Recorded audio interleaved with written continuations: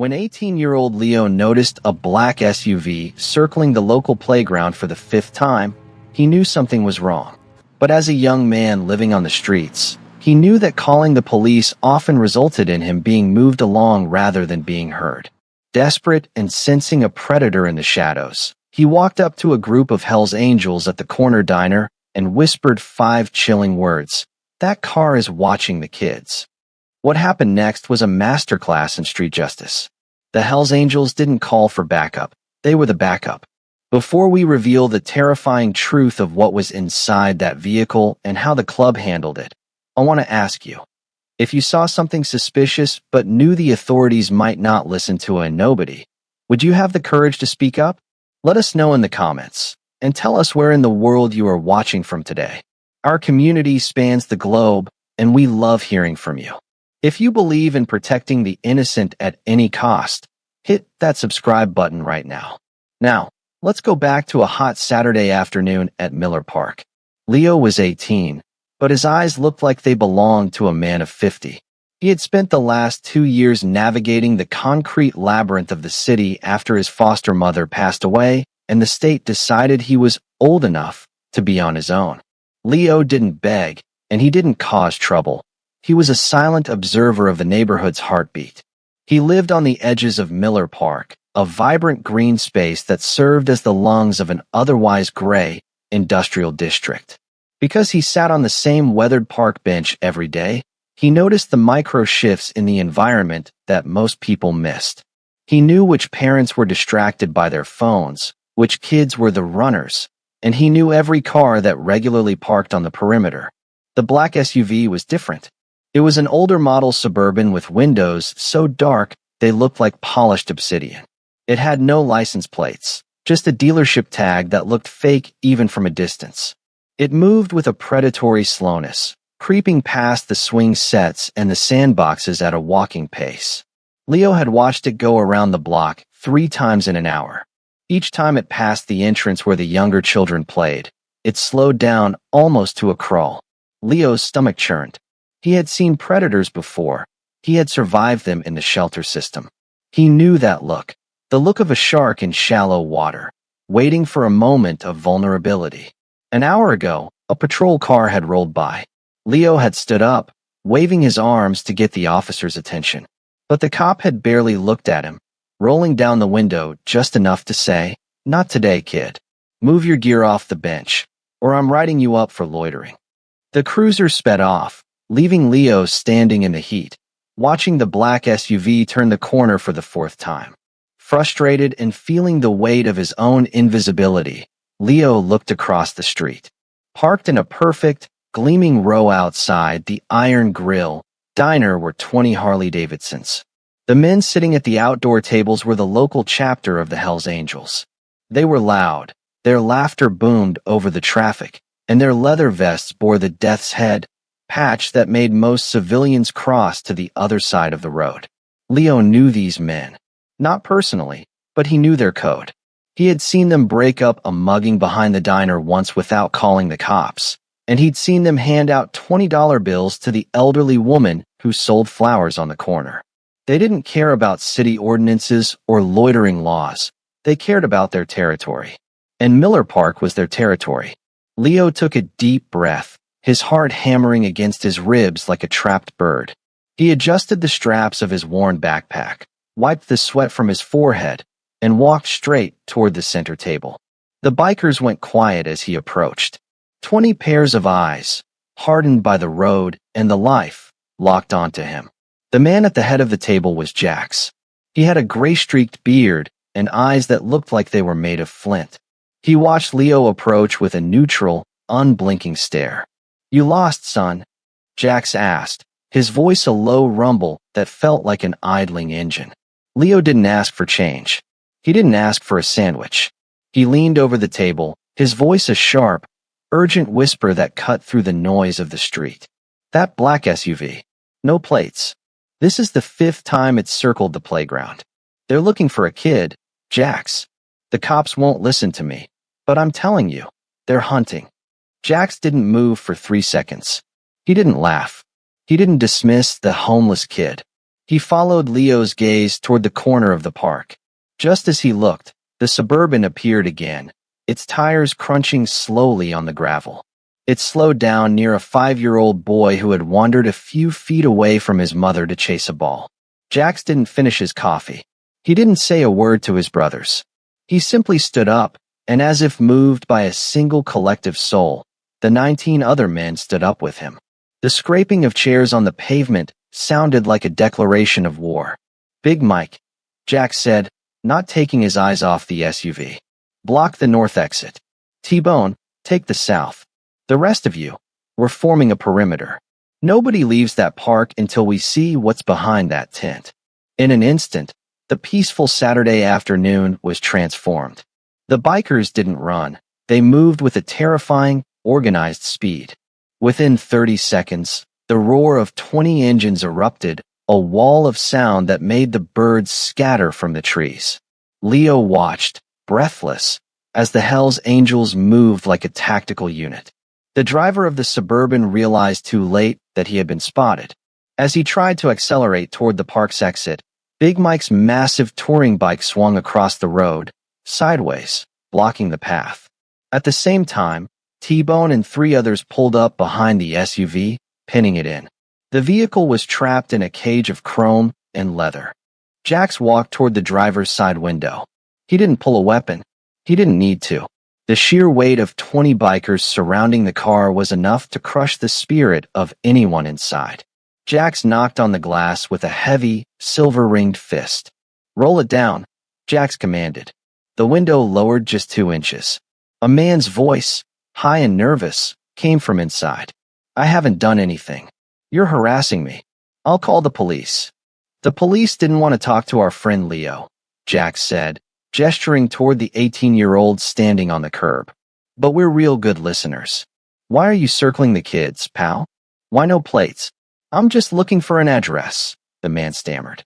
5 times around the same playground isn't an address," Big Mike growled, leaning his face close to the glass. "That's a shopping trip, and we don't like what you're selling." Jax didn't wait for an answer. He reached into the cracked window, grabbed the door lock, and pulled. He swung the door open, revealing a man in his late 30s who looked entirely too ordinary, except for the sweat pouring down his face and the binoculars sitting on the passenger seat. But it was what was in the back seat that made the air turn cold. There were rolls of heavy-duty duct tape, a set of industrial zip ties, and a pile of children's toys that looked brand new, still in their packaging. The bikers didn't need a jury. They knew exactly what they were looking at. "Leo," Jax called out, his voice deathly calm. "Come over here." Leo walked over, his eyes wide as he looked at the tools of a kidnapper scattered in the back of the car. He felt a wave of nausea hit him. If he hadn't walked across the street, if he had just stayed on his bench, one of those kids would be in that van right now. "Is this the car?" Jax asked. "Yes," Leo whispered. "That's him." Jax turned back to the driver, who was now weeping, begging for mercy. Jax didn't hit him. He didn't need to. He simply looked at the man with a disgust so deep it felt like a physical weight. "You're going to sit right here," Jax said, "and you're going to wait for the police. Because this time, they're going to listen. And if you even think about moving, if you even look at those kids again, my brothers aren't going to be this polite." Jax turned to his brothers. "Mike, call that sergeant we know over at the 4th Precinct. Tell him we've got a gift for him. Tell him a homeless kid did his job for him today." As the sirens began to wail in the distance, the parents in the park started to realize what had happened. Mothers clutched their children, looking at the SUV and then at the bikers. A silence fell over Miller Park, a silence of profound realization. The scary men in leather had been the only ones watching over their families. But as the police arrived and began to process the scene, the CEO of a local security firm, who happened to be in the park with his own children, approached Jax. He didn't look at Jax with fear. He looked at him with respect. But then he looked at Leo, the 18-year-old in the dirty hoodie who had started it all. "You have a good eye, son," the businessman said. "Most people look, but they don't see. Why did you go to the bikers?" "Because they were the only ones who didn't look through me," Leo said simply. Jax stepped up beside Leo, placing a heavy hand on his shoulder. He's got the instincts of a scout, and he's got the heart of a lion. He saved more than just one life today. The police sergeant, a man who had clashed with the Hells Angels for years, walked over to Jax. He looked at the evidence in the SUV, then at Leo. "You did good, kid. We've been looking for a vehicle matching this description in the 3 neighboring counties. You just stopped a serial predator." The sergeant looked at Jax. "I'll handle the paperwork. But Jax, don't think this means we're friends." "Wouldn't dream of it, Sarge," Jax grinned. "We just don't like trash in our park." As the crowd dispersed and the SUV was towed away, Jax turned to Leo. He saw the boy looking at his bench, the only home he had. Jax's expression softened. "Leo," Jax said, "that bench is retired. You're coming with us. We've got a clubhouse that needs a set of eyes like yours. And we've got a spare room that's a hell of a lot warmer than a park bench." Leo looked at the line of motorcycles, then back at the playground where the kids were safely playing again. He realized that for the first time in his life, he wasn't a ghost. He was a protector. But the story wasn't over. The man in the SUV wasn't working alone. He was part of a much larger, much more dangerous ring that had been operating in the city for years. And now that Leo and the Hells Angels had interfered with their business, they were coming for the boy. The predators were about to find out that when you hunt a member of the Hells Angels family, you become the hunted. The aftermath of the arrest at Miller Park sent shockwaves through the city's social fabric. While the local news hailed the mystery tipster and the vigilante bikers who saved the children, a much darker force was watching the footage with cold, calculating fury. The man in the SUV had been more than a predator. He was a scout for a high-level human trafficking syndicate, a ghost organization that prided itself on being invisible within the city's noise. By spotting that black Suburban, Leo hadn't just saved a few children. He had compromised a multi-million-dollar inventory move scheduled for that weekend. The organization didn't believe in loose ends, and they certainly didn't believe in being humiliated by a homeless teenager and a motorcycle club. Leo's first night in the Hells Angels clubhouse was a sensory overload that felt like a fever dream. For the first time in 3 years, he wasn't sleeping with one eye open, listening for the footsteps of predators or the rustle of city rats near his cardboard pallet. He was in a rail bed, tucked into a room that smelled of motor oil, old leather, and cedar wood. He was protected by a wall of men whom the world considered outlaws, but whom he now knew were the only true guardians of the neighborhood. As he lay there, the silence was almost deafening, the kind of silence that only comes when you finally feel safe. However, the peace was a fragile glass that was shattered by Monday morning. The atmosphere in the clubhouse had shifted from celebratory to combat-ready.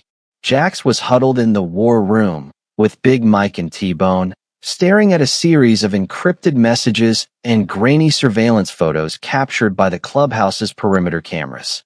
Someone had been circling the block, not with the clumsy, predatory slowness of the child snatcher, but with the professional, clinical precision of a professional hit squad. "They're looking for the kid," T-Bone growled, slamming his massive fist on the oak table. "They've pulled his description from the park. They know it was Leo who blew the whistle, and they want to send a message to the whole city. Nobody interferes with the syndicate. They've been pinging our digital fence all night, trying to see how deep our security goes. This isn't just a grudge, it's a takeover attempt." Jax looked at Leo, who was standing in the doorway, clutching a mug of coffee.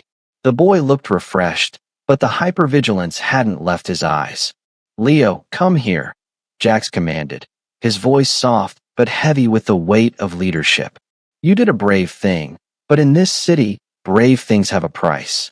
The man you caught was a small fish in a very black pond. Right now, the sharks are circling because you cost them money. A lot of it. We've spotted 3 different tail vehicles near our perimeter in the last 12 hours. They aren't hiding anymore. They're daring us to step out." Leo didn't flinch. Living on the streets had stripped him of his fear a long time ago. He had already faced the worst the world had to offer. "If they're coming for me, let them come. But they won't stop with me, will they?" They'll keep taking kids from that playground until someone cuts the head off the snake. I've seen them before. Not just the Suburban, but a blue van and a silver sedan. They operate out of the industrial district. I've seen the way they switch plates under the bridge. Jax's flinty eyes sparked with a newfound respect. That's what I was hoping you'd say. We don't just defend our walls, Leo. We take the fight to the gates. You saw that SUV before anyone else in this city did. You have an eye for detail. Can you help us find where they're hiding the rest of their operation? If we wait for them to strike us, we've already lost. We need to hit them where they breathe. For the next 8 hours, Leo sat with the club's tech specialist, a biker named Static. Together, they traced the route of the Suburban using hacked traffic cams and Leo's encyclopedic knowledge of the city's back alleys and hidden routes. Leo's mind worked like a map. He remembered seeing that same black SUV parked near an old, abandoned cold storage warehouse in the industrial district near Pier 19, a place the homeless avoided because of the armed guards who patrolled the perimeter with dogs. He described the shift changes of the guards, the blind spots in the fence, and the specific time the heavy steel doors opened to let the trucks in. There, Leo pointed at a flickering screen showing a grainy overhead shot. That's the spot. Pier 19. They move the vehicles in and out at 4 a.m. when the fog from the harbor is thickest. They think the fog hides the movement, but I've watched them from the rafters of the old shipyard across the way. I've seen them moving crates that didn't have cargo inside. I've heard the crying, Jax. It's not just one car. It's a factory. Jax looked at the map and nodded. That warehouse is a fortress. If we go in there through the front, it'll be a bloodbath. They'll have time to move the cargo out the back, or, worse, use the children as leverage. We need a ghost. Someone who can get past the thermal sensors and the motion detectors that are tuned for the weight of a grown man. I'm the ghost, Leo said, stepping forward. I know the ventilation layout of that warehouse. I used to hide in the ducts during the winter of 22. There's a narrow shaft that leads from the roof directly to the central control room. If I can get in, I can kill the electronic locks on the side bay doors and let you in. I've done it before to get warm. I can do it now to save lives. Big Mike looked at Jax, shaking his head. It's a suicide mission, Jax. He's 18, but he's not a soldier. If they catch him in those vents, he's trapped like a rat. We can't ask him to do this. I was trapped the moment I saw that car, Leo countered, his voice ringing with a conviction that silenced the room. I'm the only one who fits in those vents, and I'm the only one who knows the blind spots of their cameras. Let me do this. For the kids who didn't have someone watching their playground. For the 18 years I spent being invisible, let me finally be seen for something that matters. The ride to Pier 19 was a masterclass in silent thunder. 40 motorcycles moved through the industrial shadows like a pack of wolves, their engines tuned to a low hum, their headlights blacked out.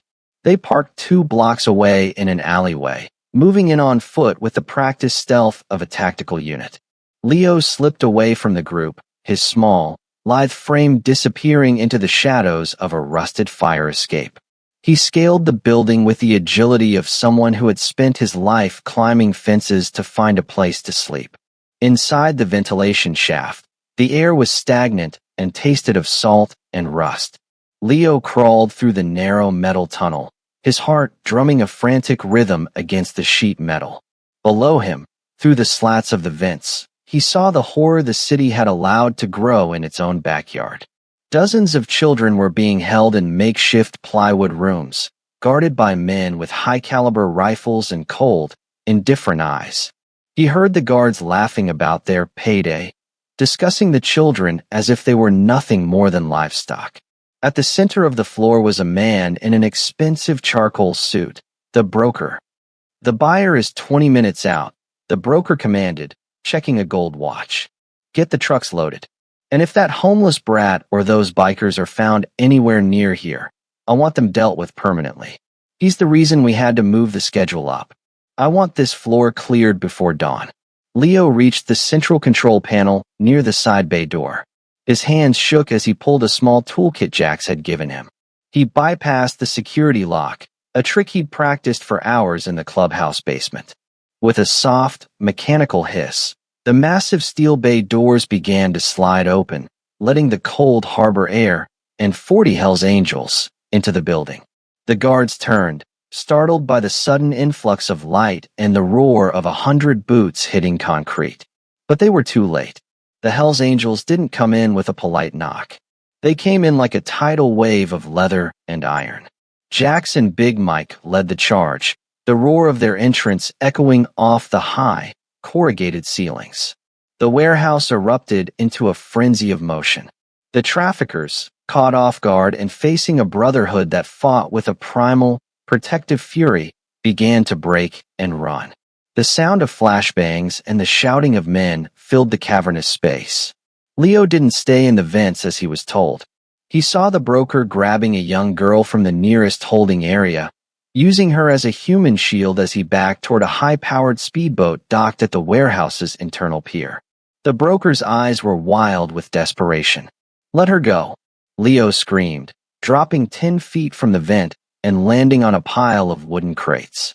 He didn't have a gun, but he had a heavy iron wrench he'd grabbed from the control room. The broker sneered, leveling a compact pistol at Leo's chest. "You, the little ghost from the park. You've cost me millions. You think you're a hero? You're just a mistake. I think I'll take your life as a down payment for my losses." Before the broker's finger could tighten on the trigger, a heavy silver chain wrapped around his wrist, jerking his arm violently upward. Jax had moved through the crossfire like a wraith, his eyes burning with a lethal intensity. With a single, devastating blow, Jax sent the broker crashing through the railing and into the oily harbor water. The girl was pulled to safety by Leo, who held her close as the chaos subsided. Within 30 minutes, the warehouse was secure. The police, tipped off by a secure line from the clubhouse, arrived to find 40 bikers standing in a protective circle around the rescued children. The traffickers were zip-tied in a humiliating row on the cold concrete. The sheer scale of the operation was staggering. Records showed hundreds of children had passed through this port. The broker was hauled out of the water, shivering and defeated, his empire of misery in ruins. The police sergeant who had dismissed Leo days ago walked into the warehouse, his face turning ghostly pale as he saw the scale of the horror Leo had uncovered. He looked at the holding cells, then at Jax, and finally at Leo, who was sitting on a crate, wrapped in a Hell's Angels leather jacket, sharing his water bottle with the young girl he had saved. The sergeant took off his cap, a gesture of profound humility that no one in the room expected. He walked up to Leo, ignoring the bikers for the first time in his career. "I owe you more than an apology, Leo. I looked at your tattered clothes, and I saw a problem, not a person. I saw a nuisance that needed to be moved along, while you saw a crime that needed to be stopped. Because of you, because you refused to be ignored, these families are going to sleep whole tonight. You're a better cop than I am." Jax stepped up, putting a massive, protective arm around Leo's shoulders. "He isn't just a kid anymore, Sarge. He's a lion, and he's our family now. If you ever look through him again, you're looking through all of us. He's the eyes of this neighborhood now." The story of the Lion of Miller Park became a legend that transformed the city's relationship with its marginalized citizens. The trafficking ring was dismantled from the top down, leading to arrests that reached into the halls of power and corporate boardrooms. The city council attempted to hold a public ceremony to give Leo a Medal of Valor and a key to the city, but true to his nature, he didn't show up. He didn't want a medal from a system that had ignored him for 18 years. He wanted the reality of the life he had earned through blood and courage. A month later, the Hells Angels held their own ceremony in the private, sun-drenched courtyard of the clubhouse. They didn't give Leo a patch. He had his own path to walk, and they wanted him to stay clean for the future. Instead, they handed him a set of keys to a small, beautifully renovated apartment located directly above the Iron Grill diner where they met every morning. Along with the keys was a thick, official-looking envelope, a full-ride scholarship to the university's sociology and law program, funded entirely by the club and the grateful parents of the neighborhood. The world needs eyes like yours, Leo. Jax told him as they stood on the clubhouse balcony, watching the sun set over a peaceful, vibrant Miller Park. You saved those kids because you knew exactly what it felt like to be invisible. You gave them a voice when you didn't even have one of your own. You turned your pain into a shield for others.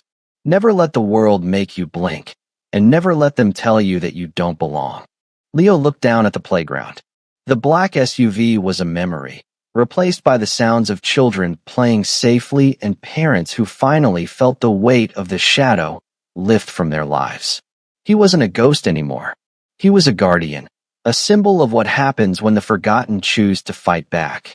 And every Saturday, a row of 20 Harleys would park outside the diner, and the biggest, toughest men in the state would share a cup of coffee with the young man who had whispered the words that changed everything. Leo had found his pack, and the city had finally learned how to see its own people truly.